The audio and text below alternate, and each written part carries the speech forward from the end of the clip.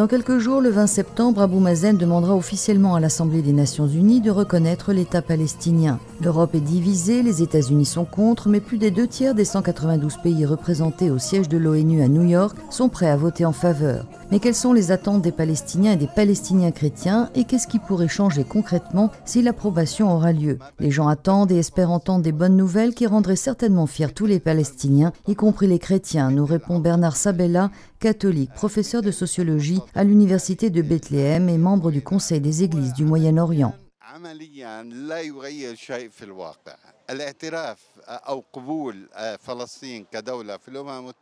Mais rien ne changera en réalité, si ce n'est peut-être que l'image de la Palestine qui serait officiellement reconnue dans de nombreuses institutions de l'ONU, comme la Cour des droits de l'homme.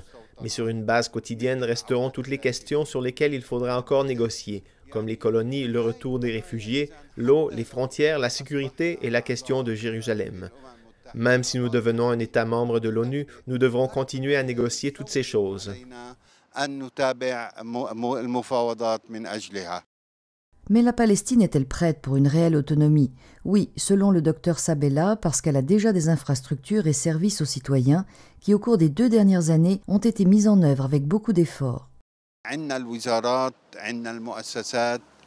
Nous avons déjà tous les ministères et beaucoup de gens sont étonnés de ce que le citoyen palestinien peut déjà faire via Internet. Nous avons toutes les cartes en règle pour devenir un État moderne.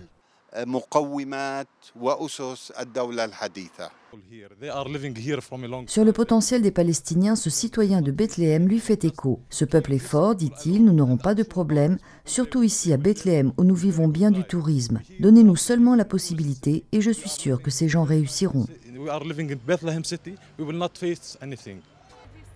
Il y a quelques drapeaux de plus en séjour dans les rues des villes palestiniennes, mais pas d'engagement particulier de la part de la population pour la date fatidique du 20 septembre. Plutôt un peu d'inquiétude envers les éventuelles implications qui pourraient pénaliser davantage la population vivant de ce côté du mur.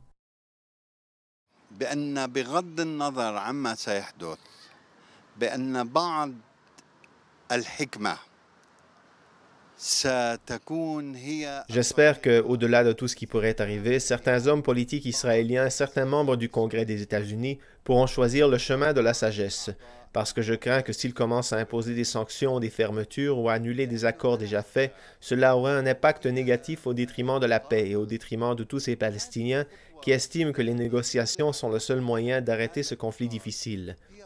La requête de la Palestine à être un État membre de l'ONU n'est un droit et pas un crime. Si certains Israéliens considèrent notre pétition comme une action contre Israël, cela pourrait conduire à l'intégrisme, mais ce n'est pas un pas contre Israël et seulement un cri palestinien. Et si on ne le regarde pas de façon négative, ce sera une étape vers un meilleur avenir pour les Israéliens et les Palestiniens. Un avenir dans lequel il y aura un État palestinien qui vit en paix et en sécurité côte à côte avec l'État israélien. Nous voulons juste trouver une solution qui nous fait rêver d'un avenir sans le cycle de la violence réciproque et sans la guerre. يمكننا من النظر للمستقبل ليس بدوامة العنف والعنف المتبادل وليس بمنطلق الحرب. Quel que soit le déroulement des événements, le rôle des chrétiens palestiniens qui vivent parmi les deux côtés en cette terre sainte continuera à être précieux et irremplaçable. أن هناك أيضا مسيحيين يعيشون في إسرائيل. Nous ne devons pas oublier qu'il y a des chrétiens qui vivent en Israël. Et le chrétien, qu'il vive en Israël ou en Palestine, a le devoir de travailler pour la paix. Le chrétien ne peut pas être détaché des préoccupations de son peuple et de sa société.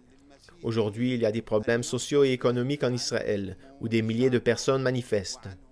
Ces préoccupations sont aussi celles des chrétiens palestiniens qui vivent à Nazareth ou à Haïfa, parce que la situation économique est difficile.